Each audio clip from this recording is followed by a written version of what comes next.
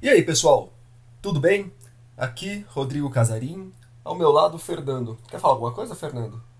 Não, o Fernando só está abanando o rabo hoje. E está começando a 15ª edição do podcast do Página 5. Página 5.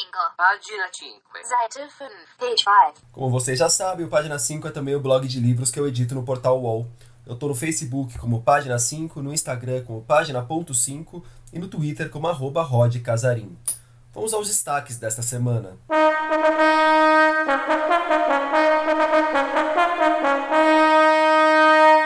O Asno de Ouro, de Apuleio.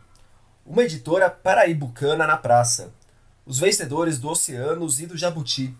Nos lançamentos, Rafael Vidal e os vencedores do Prêmio Sesc.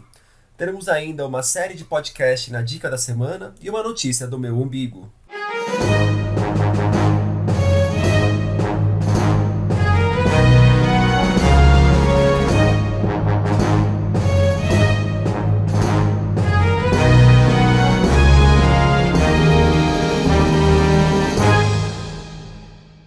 Alta noite, ele conduziu à casa o audacioso amante, sozinho e com a cabeça bem coberta, e o fez entrar no quarto da senhora.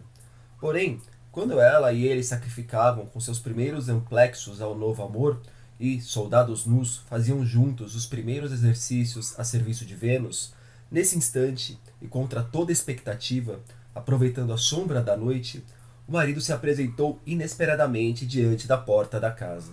Bateu, chamou, malhou na porta fechada como uma pedra, e a demora aumentava cada vez mais as suas suspeitas, pelo que ele ameaçava Mirmex de terríveis suplícios. O que vocês acabaram de ouvir foi um trecho de O Asno de Ouro, de Apuleio, o único romance latino da antiguidade a sobreviver na íntegra até os nossos dias. Também conhecido como Metamorfoses, o livro foi escrito no século II d.C. e se tornou um precursor do romance moderno. A narrativa conta a história de Lúcio, um jovem que, em Tessália, durante uma viagem pela Grécia, se hospeda na casa de uma mulher que domina a magia. É lá que Lúcio toma uma poção que o transforma por engano em um asno, apesar de sua inteligência se manter intacta. O jovem, agora asno, acaba sendo raptado por um bando de salteadores e tem que trabalhar como burro de carga até que consiga reaver sua antiga condição. É a forma de asno, no entanto, que permite que Lúcio se torne testemunha do que se passa na intimidade de homens e mulheres, traçando assim um retrato da vida privada de sua época. A editora 34 acabou de publicar uma nova edição bilíngue da obra. A tradução do latim é da escritora Ruth Guimarães, que faleceu em 2014. Já a apresentação e as notas adicionais ficaram por conta de Adriane da Silva Duarte, doutora em letras e professora de literatura grega da Universidade de São Paulo. A Adriane nos enviou um áudio falando sobre a importância histórica da obra.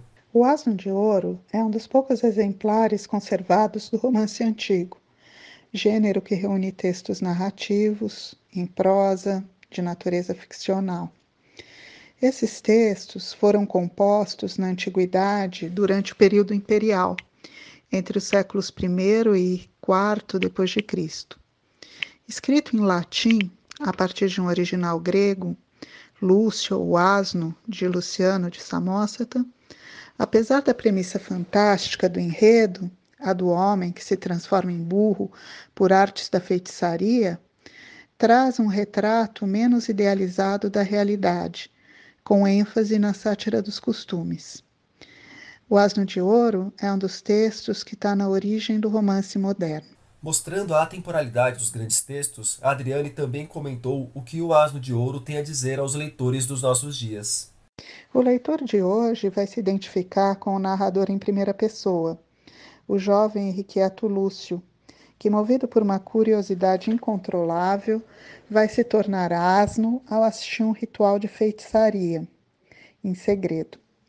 Esse é o começo das suas desventuras, que, como anota Bakhtin, marcam a transformação espiritual do jovem, que passa por diversas provações antes de recuperar a forma humana.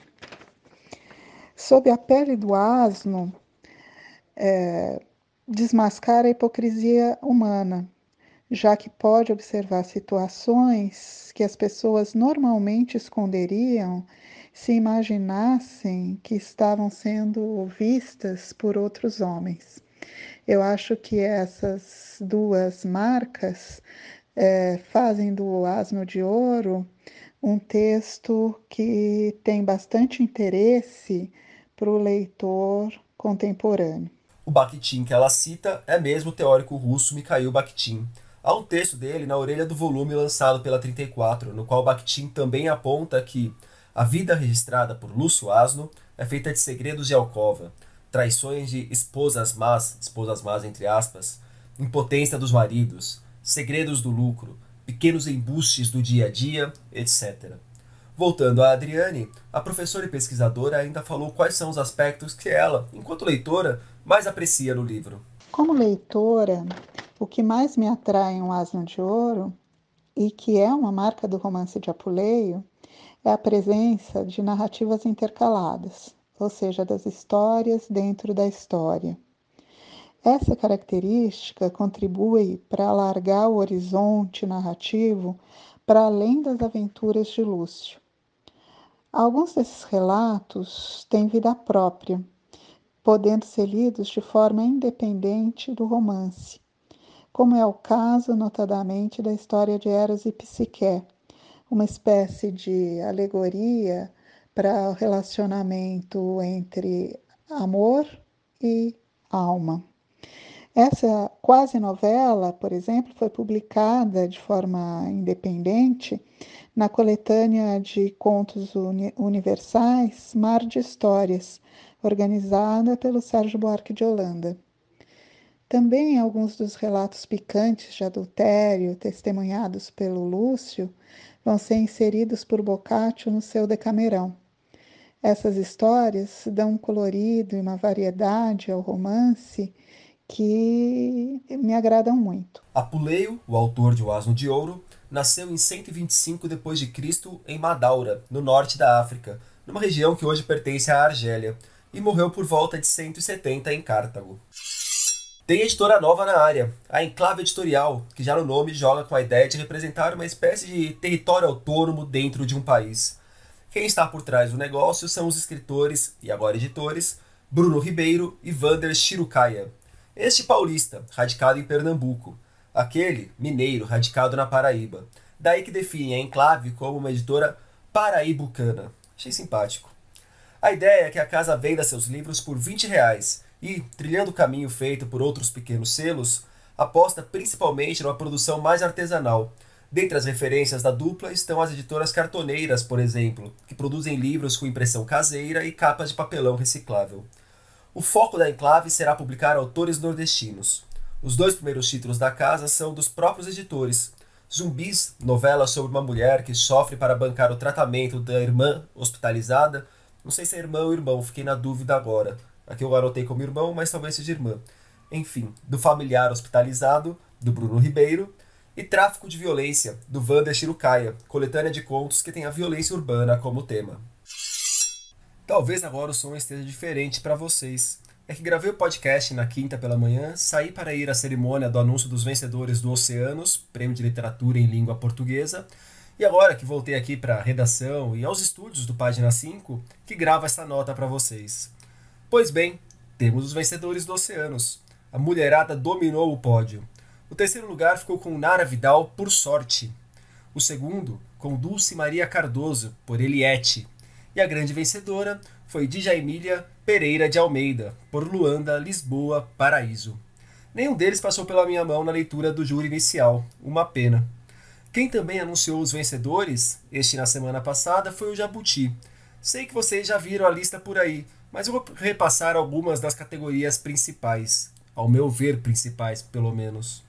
O livro do ano foi para Uma História da Desigualdade, a concentração de renda entre os ricos no Brasil, de 1926 a 2013, de Pedro Ferreira de Souza, que também levou na categoria Humanidades. Em contos, a vencedora foi Vilma Areas, com Um Beijo por Mês. Em crônica, Fernanda Young, com Pós-F, Para Além do Masculino e Feminino. Em poesia, Hilda Machado, por Nuvens. Em romance, Thiago Ferro, por O Pai da Menina Morta, que já tinha levado também o Prêmio São Paulo de Literatura para autores estreantes. As HQs foi para Jeremias Pele, de Rafael Calce e Jefferson Costa, provavelmente o prêmio mais comemorado pela plateia na cerimônia. E em biografia, documentário e reportagem, categoria na qual atuei como jurado, o troféu foi para Josélia Aguiar por Jorge Amado, uma biografia. Dose dupla para abrir os lançamentos. Felipe Holloway e João Gabriel Poulsen foram os vencedores da edição deste ano do Prêmio Sesc. O anúncio foi feito em julho, mas agora que os livros chegaram ao mercado, ambos pela Record. O Felipe é cearense e vive desde pequeno no Mato Grosso, onde trabalha como professor de português. Ele tem 30 anos e é autor do romance O Legado de Nossa Miséria. Ouça só como ele apresentou a obra pra gente. Boa tarde, Rodrigo. Boa tarde a todo mundo que acompanha o blog Página 5. Eu sou o Felipe Holloway, autor do romance O Legado de Nossa Miséria, que foi o vencedor do Prêmio Sesc de Literatura 2019 nessa categoria, na categoria de romance. E eu acho que os leitores podem esperar desse livro muito assunto a respeito de literatura, mas não só. Então, tem aí um protagonista que é professor universitário e crítico literário, então é uma obra que tem, de certa forma, um caráter metalinguístico, mas que, a partir de certo ponto, também adquire um caráter de thriller. Eu acho que os leitores que se interessam por literatura têm uma grande possibilidade de gostar, mas não apenas. Eu acho que o Prêmio Sesc me deu essa oportunidade aí de levar a minha escrita a um outro patamar. O Prêmio Sesc é muito importante por conta disso, não só do ingresso no meio literário por meio de uma grande editora como a Record, mas também esse contato com os leitores do Brasil inteiro, que eu acho que vai ser muito importante para mim e para o João Gabriel, que foi o outro autor vencedor. Um abraço.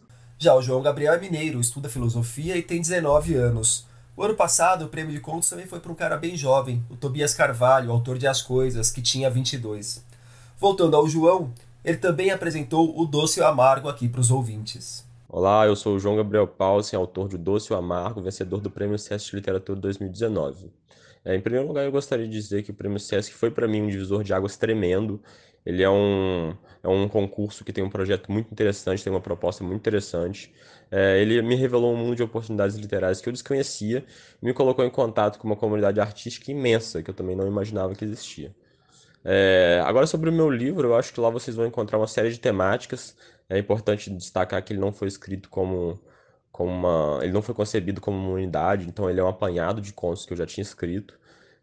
E as temáticas variam desde o conflito familiar até o conflito existencial, o conflito psíquico. São temas que, de certa maneira, se entrelaçam. E, no final das contas, a coisa fica um caleidoscópio de sentimentos, de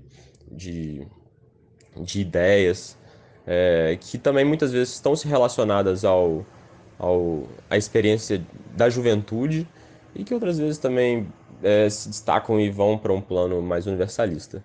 Eu espero que vocês gostem da obra. Esta foi a 16ª edição do Prêmio Exclusivo para Autores Iniciantes.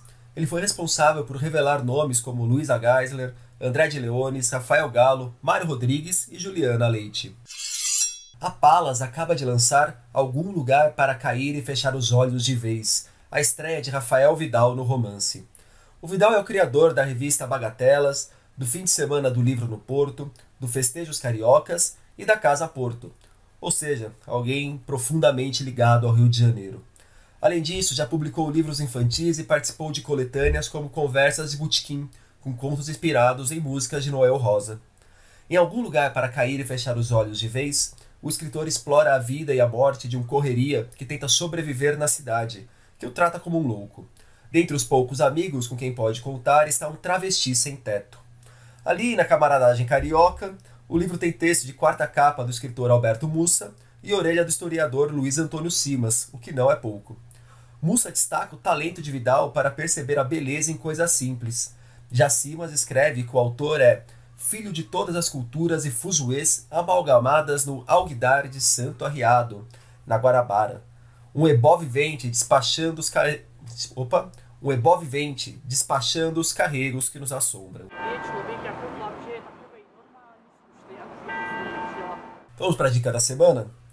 Uma cidade abrilhantada por nomes como Carmen Miranda, Cecília Meirelles, Di Cavalcante, Gilca Machado, Ismael Neri, João do Rio, Lima Barreto, Manuel Bandeira, Murilo Mendes, Pixinguinha, Procópio Ferreira, Roquete Pinto, Heitor Villa-Lobos. Que time de respeito, hein? Uma cidade que não era apenas a capital do país, mas de longe a sua maior metrópole. Por lá tudo fervilhava. A imprensa, a literatura, a música, o teatro, as artes plásticas, o cinema, a arquitetura, o futebol. Nas ruas e salões, mulheres reivindicavam seus direitos e todos descobriam novos prazeres. Muitos desses prazeres depois seriam proibidos, aliás. Também começavam a, finalmente, se conciliar com a praia e o mar, dando o tom que marcaria a própria cidade nas décadas seguintes. Assim era o Rio de Janeiro da década de 1920, amálgama de espaço e tempo sobre o qual Rui Castro se debruçou para escrever seu novo livro, Metrópole à beira-mar, o Rio moderno dos anos 20. A palavra amálgama já apareceu algumas vezes no programa de hoje, né? Curioso. Vejam só o mote da obra, voltando ao livro do Rui. O que aconteceu no Rio de Janeiro entre o Carnaval de 1919 e a Revolução de 30? Tudo. E se o livro é bom? Sei o do Rui deve ser, mas eu não sei, eu não li. Só sei que a Companhia das Letras preparou uma série de 4 episódios sobre a obra. Nela, o próprio Rui conta como era o Rio de Janeiro naquela época e apresenta ao ouvinte muito do que está presente no livro. É uma série deliciosa de se escutar, então aqui fica a minha dica de leitura de hoje. De leitura não, de escuta, né?